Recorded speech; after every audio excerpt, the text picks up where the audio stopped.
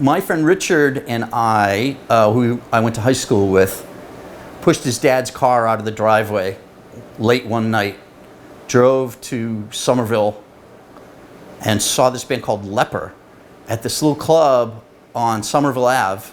I think I know where it is, but that was truly mind-blowing and life-changing for me. This band called Leper, I'm not sure what they didn't do much, I don't think, but that was the gateway for me. There was a lot of great clubs. The Channel I missed the most. The Sunday Home for matinees in Boston, massive capacity, amazing lineups.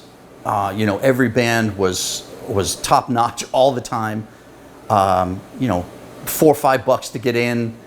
You'd meet in the parking lot for 3 hours before the show and exchange fanzines and meet your friends and things like that. Shout out to the Rat. I mean, for all its flaws, it was a great place, but I miss the Channel most of all. Minor Threat, SSD, Jerry's Kids, The Channel, June 12th, 1983. Like, I can picture the flyer in my head. I remember my mind just being boggled at the sincerity and the humor and the intensity that they had. I mean, I talk about that show probably once a week to people still. It would have been Bad Brains, the early Bad Brains gigs in Boston. Those are the ones that you would see the flyers for them, and I was, a high school kid, and I said, geez, I don't even know where that place is, so it didn't seem so important at the time, but boy, it would be any of the early Bad Brains shows in Boston. I ended up seeing Bad Brains quite a few times, but never back in those days, so yeah, Bad Brains. Topper from The Clash was who I emulated when I was first playing drums. It is so tasteful, so rock solid, but also had that right amount of swing to it that I didn't realize was so important to the sound of The Clash. Topper, #1.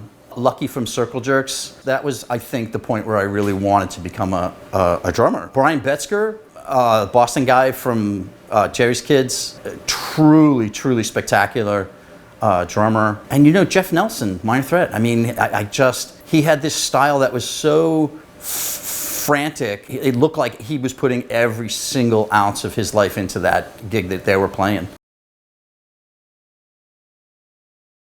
Slapshot, I mean, I have to go with, some of the Slapshot songs that we made, just because those were the songs that I helped to craft and really felt truly empowered to be playing those songs. Really proud to be playing those songs. So yeah, I mean, any Slapshot straight edge song I thought was okay in my book. Minor Threat, any of those songs like straight edge, or anything that's talking about not conforming to what society told you was okay.